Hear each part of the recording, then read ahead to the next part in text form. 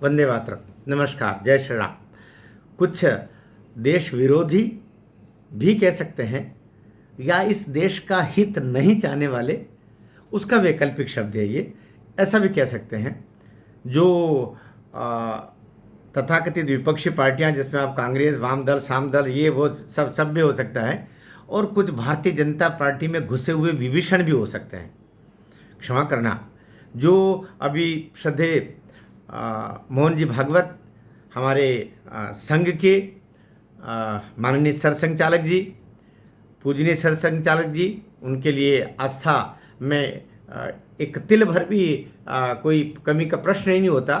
जो भी सनातनी है, जो भी स्वयंसेवक है, वो ऐसा सोच भी नहीं सकता कि उस पद के प्रति हमारी आस्था में एक राई तिल के बराबर भी कई कमी आए। लेकिन अभी उनके द्वारा जो पिंगले जी के एक आयोजन में एक बड़ा आयोजन हो रहा था, जिसमें उन्होंने बोल दिया, माननीय भागवत जी ने, कि 75 वर्ष की उम्र में संकेत में उन्होंने पिंगले जी का उदाहरण देते हुए कि उनको जब 75 वर्ष पूर्ण होने पर जो सम्मान किया गया, तो उन्होंने उसमें बोल दिया था कि ये 75 वर्ष होने का मतलब ये है कि बस आप सेवानिवृत्ति ले लो भाई, अब किसी और को मौका दो, ये कहा।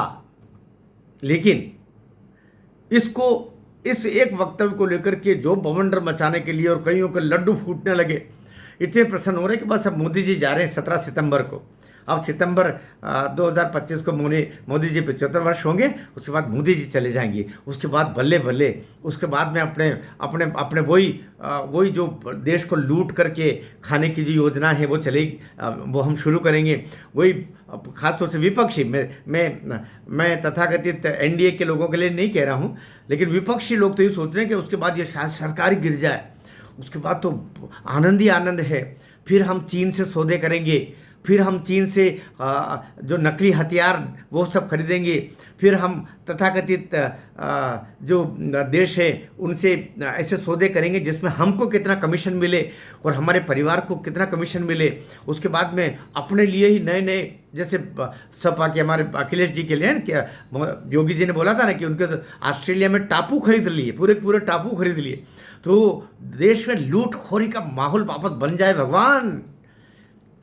मैं भगवान शब्द इसलिए बोल रहा हूँ कि जो डाकू डाका डालने जाता है वो भी भगवान को याद करके जाता है, और जो साहूकार या सेठ या जिसके पास में कुछ है वो भी रात को सोता है तो पहले प्रार्थना करता है भगवान बचाना इस संपत्ति को। तो लूटने वाला भी और उसको संरक्षा देने के लिए भी दोनों ही भगवान से प्रार्थना करते हैं। तो अभी भी राजनीति में भी ऐसे लोग हैं जो कुछ लूटने के इरादे से राजनीति में बने हुए, और ज़्यादातर लूटने के इरादे से ही बने हुए। क्षमा करना, विपक्ष में तो शायद ही कोई ऐसा नेता मुझे दिखाई दे जिसके मन में देश प्रेम का ही केवल भाव है, जो देश को लूटने की इच्छा से राजनीति में नहीं है। बीजेपी में भी ऐसे बहुत सारे नमूने मिल रहे हैं जिनकी योजना है कि कैसे गप करें। लेकिन जब तक ये देश का प्रधान सेवक बैठा है, जब तक श्रद्धेय नरेंद्र मोदी उस बड़ी कुर्सी पर ये चौकीदार बैठा है, तब तक इनकी दाल नहीं गल रही है, तब तक बड़ी तकलीफ में है। कभी कहते हैं कि 75 वर्ष होने पर मोदी जी जाएंगे तो फिर योगी जी आएंगे, लेकिन योगी जी भी बेटा याद रखना, मोदी जी तो फिर भी दयालु हैं कि तुमको अभी तक छुट्टे घूम रहे हो, चाहे वो राहुल गांधी हो, चाहे सोनिया जी हो, चाहे आदित्य ठाकरे हो, चाहे न जाने कितने जो जिनको बख्श रखा है दया देख करके एक बुजुर्ग के नाते। लेकिन योगी जी आए ना तो शायद तुम 4 दिन भी अब बाहर घूम नहीं पाओगे। धनाधन उनको तो सब पता है कि तुमको अंदर कैसे करना है। 25 करोड़ जनता को संभाल रहा अकेला योगी, जितनी जनसंख्या पाकिस्तान की नहीं है उससे ज़्यादा उत्तर प्रदेश की, और सबको वो एक डंडे से संभाल के बैठा हुआ। तो वो तो कल्पना ही मत करो।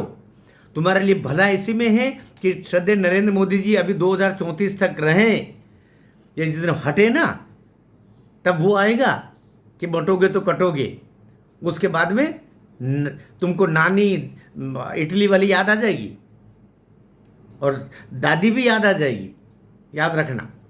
तो अभी मोहन, मैं इस बिंदु का थोड़ा सा विश्लेषण कर दूं। आशय क्या है? आशय है जब तक राष्ट्र सुरक्षित हाथों में न पहुंच जाए, जब तक अनुकूल वातावरण न बन जाए, तब तक नरेंद्र मोदी प्रधानमंत्री जी की कुर्सी से तिल भर भी हटने का सोच भी नहीं सकते। याद रखना, हटना तो दूर की बात है, तुम्हारे लड्डू फूट रहे होंगे। अभी अमित शाह जी ने भी एक वाक्य बोल दिया था कि मैं सेवानिवृत्ति के बाद में, राजनीति से सेवानिवृत्ति जब लूँगा तो मैं हम जैविक खेती करूँगा। मैं बहुत सारे ग्रंथ हैं भारतीय सनातन के, उनको पढ़ना है मुझे। तो यहाँ भी फिर लड्डू फूटने लगे थे। अभी मोहन जी यादव ने जो मोहन जी भागवत हमारे माननीय सर संघचालक जी, उनके द्वारा भी बोला गया। तो भी अब भाई हमारे माननीय सर संघचालक जी भी 75 वर्ष के इसी वर्ष हो रहे हैं, मोदी जी भी हो रहे हैं। इसका मतलब ये नहीं कि दोनों चले जाएंगे, ये दोनों तीर्थ है, ये दोनों ही सनातन के अपने संरक्षक मूर्तियां हैं। इसलिए न तो अभी मोहन जी भागवत जाने वाले हैं सरसंघ चालक जी के पद से, कहीं उसको दायित्व किसी और को देके निकलने वाले हैं, और न ही नरेंद्र मोदी जी जाने वाले हैं। इसलिए अभी जो राष्ट्रभक्ति से परिपूर्ण जो बंधु हैं वो आनंदित रहें। राष्ट्र सुरक्षित हाथों में 2034 तक तो है ही, और उसके बाद भी रहेगा। भारत माता की जय।